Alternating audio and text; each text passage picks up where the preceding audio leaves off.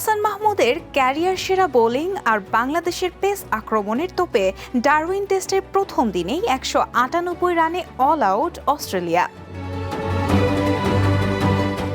টসে জিতে ব্যাট করতে নেমেও বাংলাদেশের নিয়ন্ত্রিত পেস বোলিংয়ের সামনে স্বস্তিতে থাকতে পারেনি স্বাগতিকরা। হাসান মাহমুদ একাই নিয়েছেন ৬ উইকেট, তাও আবার ৫৫ রানে, যা টেস্টে তার ক্যারিয়ার সেরা বোলিং। তাসকিন আহমেদ ও এবাদত হোসেন নিয়েছেন ২টি করে উইকেট।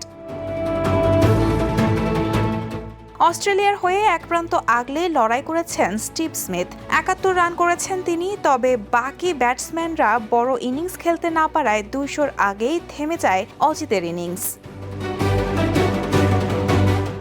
সবচেয়ে বড় কীর্তি অস্ট্রেলিয়ার ১০ উইকেটে নিয়েছেন বাংলাদেশের পেসাররা। টেস্ট ইতিহাসে বাংলাদেশের পেসারদের এমন কীর্তি এটি মাত্র দ্বিতীয়বার। এর আগে ২০২৪ সালে পাকিস্তানের বিপক্ষে রাওয়ালপিন্ডি টেস্টে এমনটা করেছিলেন তারা।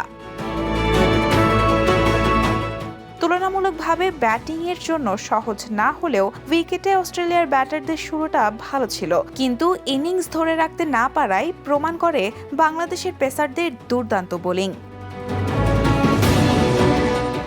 ১৯৮ রানে অজিতের গুটিয়ে দিয়ে এখন প্রথম দিনেই চালকের আসনে বাংলাদেশ। এবার দেখার পালা অস্ট্রেলিয়ার ভয়ঙ্কর পেস আক্রমণের সামনে ব্যাট হাতে কতটা লড়তে পারে টাইগাররা। Raihana Moon, the news. দেশে দেশে সবার সাথে দ্য নিউজ।